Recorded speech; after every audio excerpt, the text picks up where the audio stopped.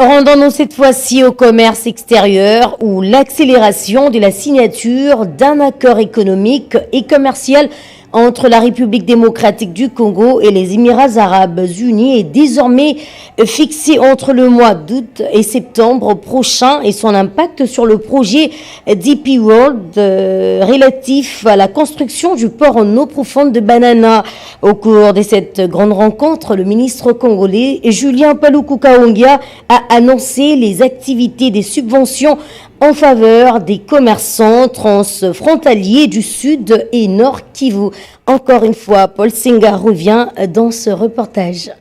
Cet accord va définir d'autres types de facilités pour consolider la coopération économique et commerciale entre ces deux pays, avec par exemple la perspective de l'ouverture de la ligne aérienne Kinshasa-Dubaï à travers Emirates Airlines a fait attendre les diplomates émiratis. Au nom du gouvernement congolais, le ministre du Commerce extérieur a salué cette coopération car grâce au président de la République, Félix Tshisekedi, la RDC consolide davantage sa diplomatie économique et commerciale en se positionnant comme un des acteurs majeurs dans les commerces international, a-t-il ajouté. Et par ailleurs, c'est une bonne nouvelle pour les commerçants transfrontaliers basés au sud et nord Kivu qui vont bénéficier des activités de subvention qui seront lancées les 15 août 2025 à Uvira par le ministre du Commerce extérieur, Julien Paluku Kahongya, ici dans le cadre du projet de facilitation du commerce et intégration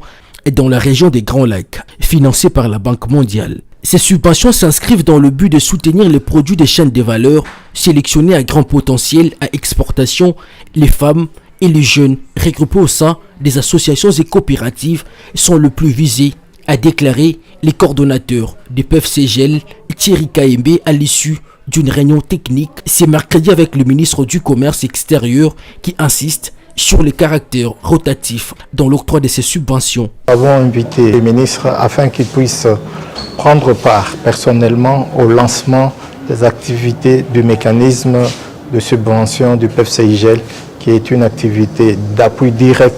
appui financier et appui technique aux entrepreneurs, petits commerçants transfrontaliers et autres, de façon à ce qu'ils puissent bénéficier des financements. Et sous peu, le ministre du Commerce extérieur va procéder au lancement de travaux de construction des infrastructures pour faciliter les commerces transfrontaliers et dans la province du Sud Kivu, dont les ports à arrêt unique des Kamvimvira, des Kamanyoma, des Nyamuna, de Rubenga et des Kamanyola. Signalons que pour consolider la mise en œuvre du régime commercial simplifié RECOS qui donne des facilités aux petits commerçants transfrontaliers, lance au mois d'octobre dernier à Kamvivira et Katumba entre la RDC et le Rwanda, un protocole d'accord sera signé dans un bref délai entre l'Office congolais des contrôles OCC et le Bureau burundais des normes, a conclu les coordonnateurs du PEF-CJL.